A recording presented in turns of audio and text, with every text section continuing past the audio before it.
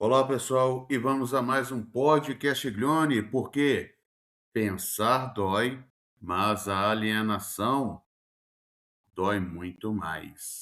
Um padre mandou soldados desobedecerem ordens, e no dia seguinte ele era assassinado. Esse padre era Dom Oscar Romero, ou para os católicos, San Oscar Romero, mártir da Guerra Civil de El Salvador. Arcebispo de São Salvador, voz do sem voz numa guerra civil que o Estado usava para exterminar seu próprio povo. E o que ele disse antes de morrer continua ecoando, não só na América Central dos anos 1980, nos Estados Unidos de hoje, no mundo de hoje, porque a pergunta que Romero faz com a própria vida não envelheceu. Quando a regra é imoral, a obediência é cumplicidade? Vamos entender. El Salvador, 23 de março de 1980. O país está em guerra. Não essa guerra entre exército de nações diferentes. Guerra do Estado contra o próprio povo. Esquadrões da morte, financiados por latifundiários e treinados com apoio americano, assassinando camponeses, sindicalistas, estudantes e padres. Romero sobe no púlpito da capital metropolitana e faz algo que nenhuma autoridade religiosa ousara fazer publicamente. Fala diretamente aos soldados. Em nome de Deus, em nome desse povo sofrido, cujos gritos sobem até os céus cada dia mais tumultuosos, lhes suplico, lhes peço, lhes ordeno, parem a repressão. E depois a frase selou seu destino. Nenhum soldado é obrigado a obedecer uma ordem que vai contra a lei de Deus. No dia seguinte, 24 de março de 1980, Romero é assassinado durante a missa. Bala de um atirador de elite, e o mandante nunca foi julgado. O teólogo brasileiro Leonardo Boff, um dos fundadores da teologia da libertação, colocou Romero no centro de uma tradição que Marx não previu, mas que precisa ser entendida em diálogo com ele. A teologia que faz parte da opção preferencial pelos pobres não é pietismo, é análise de classe com um vocábulo evangélico/religioso. Romero não era marxista, mas chegou às mesmas conclusões sobre o Estado, sobre a violência e o poder que os marxistas chegam, pela rota da fé. Para entender El Salvador de 1980 e o presente americano, precisamos nomear o que estava em jogo. Marx foi direto no 18 Brumário de Luiz Bonaparte. O Estado não é árbitro neutro entre classes. É instrumento de dominação de uma classe sobre a outra. E quando essa dominação é ameaçada, o Estado usa a violência sem disfarce. El Salvador, em 1980, era o caso clássico.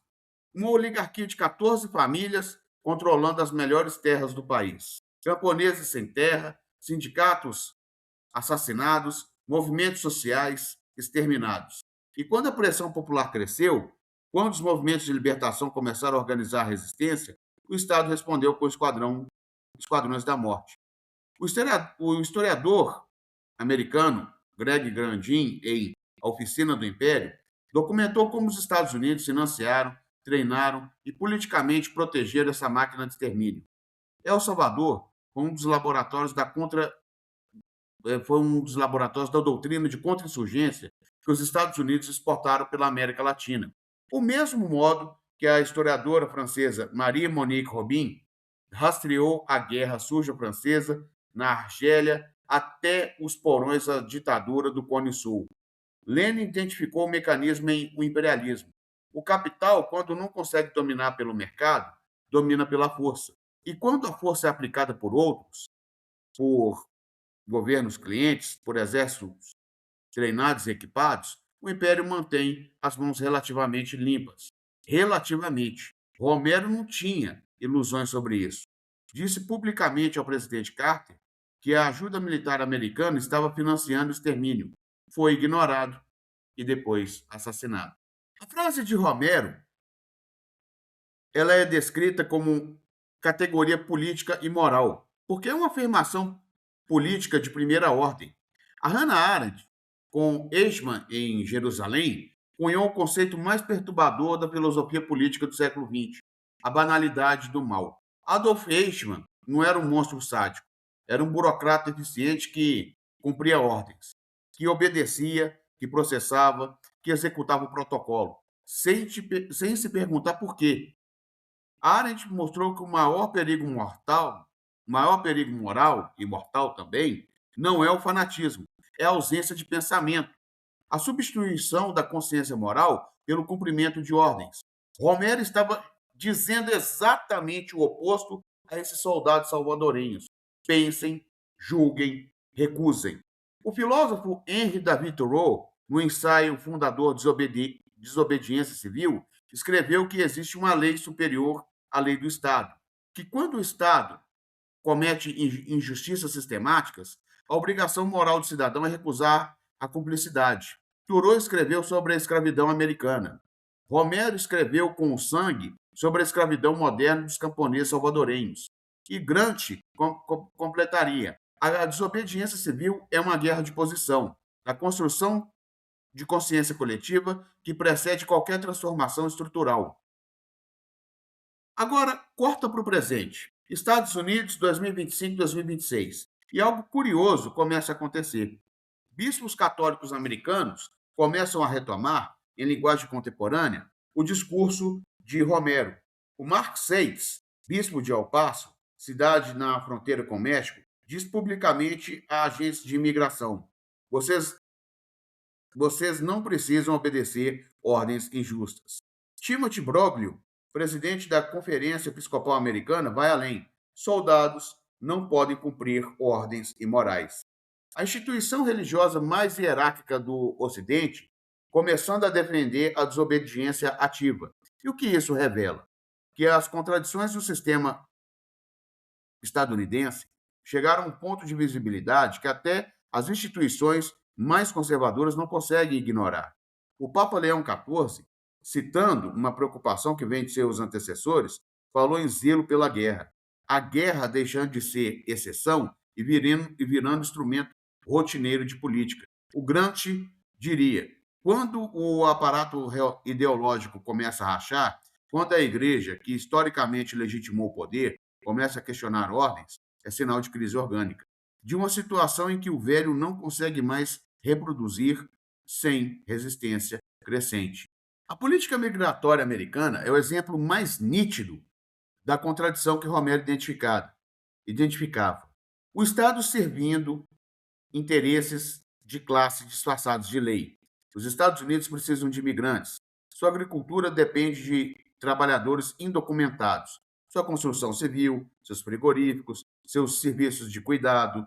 Rui Mauro Maurino identificou isso como uma função estrutural do capitalismo dependente. Manter uma reserva de força de trabalho sem direitos, sem proteção, sem capacidade de organização, que pode ser explorada abaixo dos limites que a legislação garante aos trabalhadores regulares.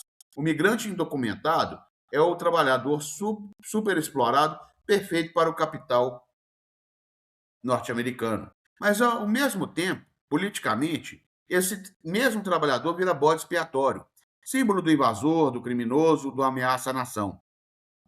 Etienne Balibar mostrou que o racismo e a xenofobia não são sobrevivências irracionais. São instrumentos funcionais para dividir a classe trabalhadora e desviar a raiva de baixo para baixo, dos trabalhadores americanos contra os migrantes, em vez de baixo para cima. O bispo Seitz entendeu isso, não com linguagem marxista, com a linguagem do evangelho, mas chegou ao mesmo lugar. Quando o bispo Broglio fala que soldados podem desobedecer ordens imorais em contexto de guerra, está tocando algo em que Lenin analisou como uma contradição central do imperialismo. Guerras que servem a interesses do capital financeiro são vendidas a populações como defesa nacional, democracia e segurança. E os soldados que as executam raramente são filhos das classes que se beneficiam delas. São filhos da classe trabalhadora, de minorias, de comunidades periféricas. O sociólogo americano Charles Wright Mills, na Elite do Poder, mostrou que as decisões de guerra dos Estados Unidos são tomadas por um círculo fechado de militares, executivos e políticos, sem participação democrática real. As populações são mobilizadas depois, com narrativas de ameaça, patriotismo e necessidade.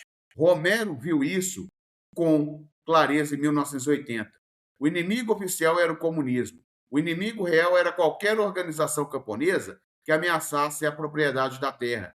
A guerra não era ideológica, era de classe, com farda e a bênção americana. O Walter Benjamin, nas teses sobre a filosofia da história, escreveu que o anjo da história vê o passado como um acúmulo de catástrofes e que a tarefa política é redimir os vencidos, não como nostalgia, mas como combustível para a luta presente. Romero é um dos vencidos que a história não deixa descansar, porque a pergunta que ele faz continua viva. Por que os esquadrões da morte mudaram de nome? Viraram deportações em massa, bombardeios de precisão, sanções que matam lentamente. Mas a lógica é a mesma. O Estado usando a violência para proteger a propriedade e o capital contra os de baixo. E a resposta que Romero propunha também continua viva. É a consciência individual como ato de resistência coletiva. Não é ingenuidade. O Gramsci mostrou que a transformação estrutural começa na guerra de posição, na construção de consciência, na criação de intelectuais orgânicos das classes populares, na recusa de normalizar o inaceitável. Oscar Romero foi um intelectual orgânico dos camponeses salvadorenhos, pago e pagou miseravelmente com a vida. Dom Oscar Romero, ou São Oscar Romero para os católicos, não é passado, é presente mal resolvido. Os esquadrões da morte de El Salvador foram financiados por interesses que ainda existem, e a doutrina que formou os torturadores ainda é assinada em outras formas. É a pergunta que ele faz da beira do altar que ainda não tem uma resposta definitiva. Quando a lei manda matar, quando a ordem é imoral, quando o Estado serve ao capital contra o povo, você obedece ou resiste? Thoreau respondeu, desobedeça. Arendt respondeu, pense, não delegue sua consciência à burocracia. Romero respondeu com a vida. Marx respondeu, entenda que as relações de classe que produzem essa ordem e organize uma transformação estrutural. Essa e a história de El Salvador a El Paso, de 1980 a 2026, continua fazendo a mesma pergunta. Comentem aí. Quando a ordem é injusta, a consciência deve estar acima da lei? E, como sempre dizemos, pensar dói, mas a alienação dói muito mais. Até o próximo podcast Glória.